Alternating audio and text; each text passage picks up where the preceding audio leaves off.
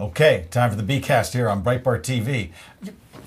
The New York Times is now explaining why they didn't cover the Van Jones story. We'll talk about that.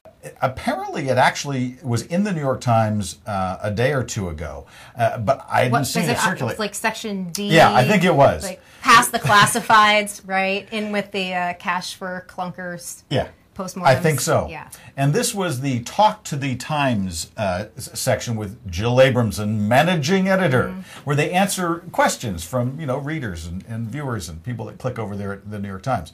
And let me just read a few of the questions. Okay. Enlighten me.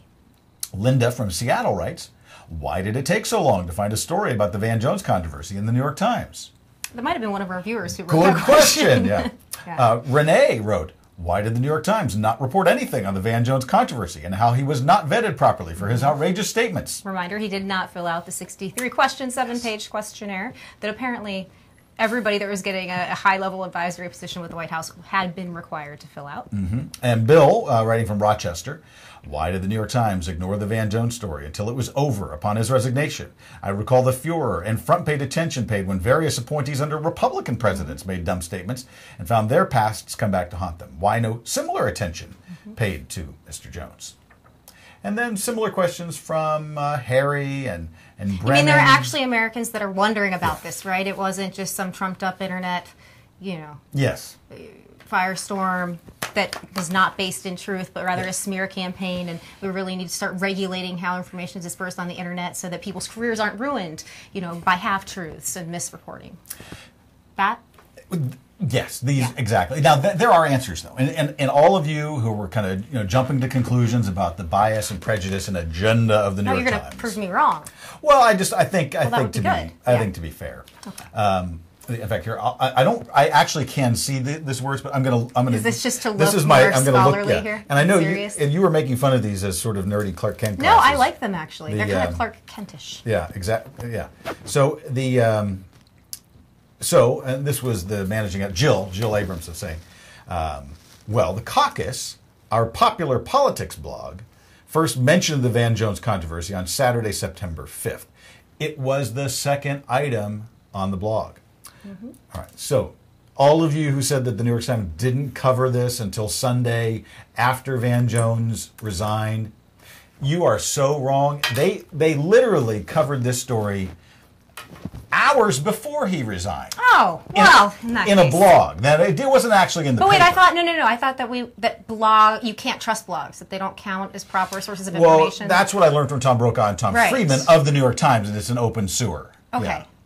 So really, even if they reported it on a blog, since it was a quote-unquote blog, therefore we shouldn't trust it. I would right? think. I think. Now, I'm getting mixed signals here coming from the mainstream media about reporting ethics. Yeah, I want to be fair because I don't want to take Ms. Abramson out of context. So let me give you a little more about what she has to say here. Mr. Jones was appointed to the White House Environmental Council and was one of the so-called czars for green jobs. Comments he made using an unprintable word to describe Republicans and allowing his name to be used in a letter asking for an investigation of the Bush administration for allowing the 9/11 attacks to occur as a pretext for war called into question his suitability for a White House position. All right. So she's fairly summarized some of the issues around Van Jones. The blog item itself referred to criticism of the mainstream media for ignoring the story, which had been discussed on talk radio, Fox News, and other venues. So the blog item actually wasn't covering the story.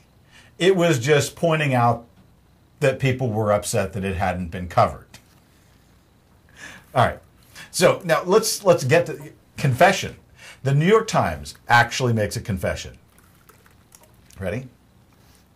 The Times was, in fact, a beat behind on this story. Does it depend on what your definition of beat is?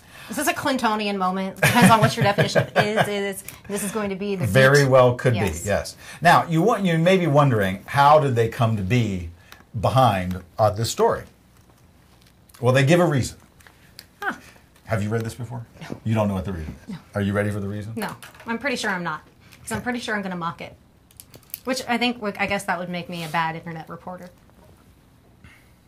One reason, the first thing. Oh, wait, there's more than one. There's one, yeah.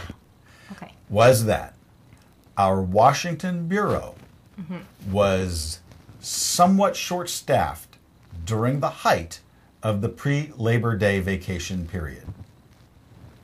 I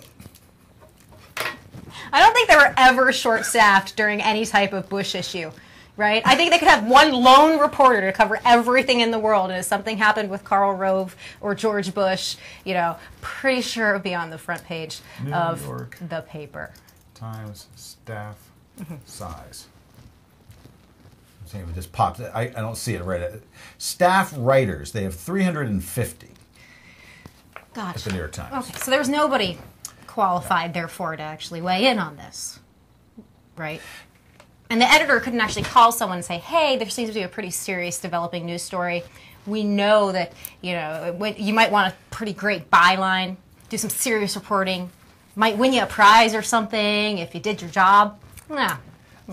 We can't interrupt, beach vacation. Maybe they were following Obama, right, up in Martha's Vineyard.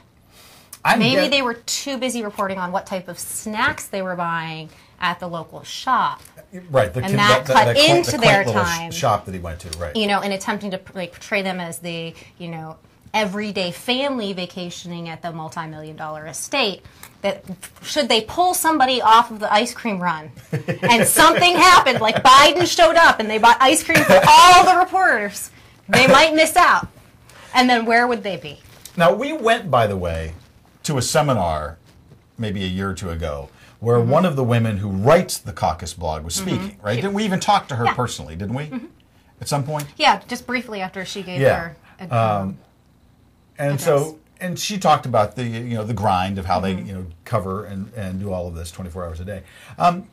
Now but this gets to the next thing. Now I would ask a question or two. This would be me because I'm not one to say that you shouldn't have a pre-Labor Day vacation, right? I mean, I think that that's understandable, and I think, but I'm thinking this was a really long vacation period, right? Because they would have had to have started taking off. Well, they were tired from having covered the burger runs and the first dog, right, and the trip to Europe. Because remember, everybody had to go follow Obama around Europe, and that's a time zone change. They were probably still recovering from that. And Michelle Obama's arm workout and all the rest of that. Because you'd have to go back, because Glenn Beck was talking about it on July 23rd.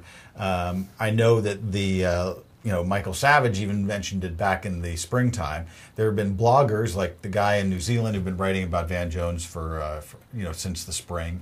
But that, I guess, that didn't really connect. But now last part of the, because I sense in you, Liz Stevens, a tone. No.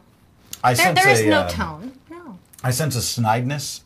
I am absolutely. I promise. No. I am. I promise. I am as nonpartisan as the New York Times. Well, okay. Right. Yeah, so therefore, I think I'm similar in tone. So therefore, if they are nonpartisan, then I think I qualify as well. I just want to give you this other part about the short staffing part. Right? They say this is not an excuse. That's what they say. Quoting next. Another but we're going to offer reason, an excuse anyway. Right, here's the other reason. Despite being wait, run on pens at Office Max. There may have been a no more reporters, no books. Out of ink at the printer. That could be. I'm pretty sure. That very well could be. No, that's not the. Spell check was down. No, that's not it. Not it. I'm checking here. I don't think.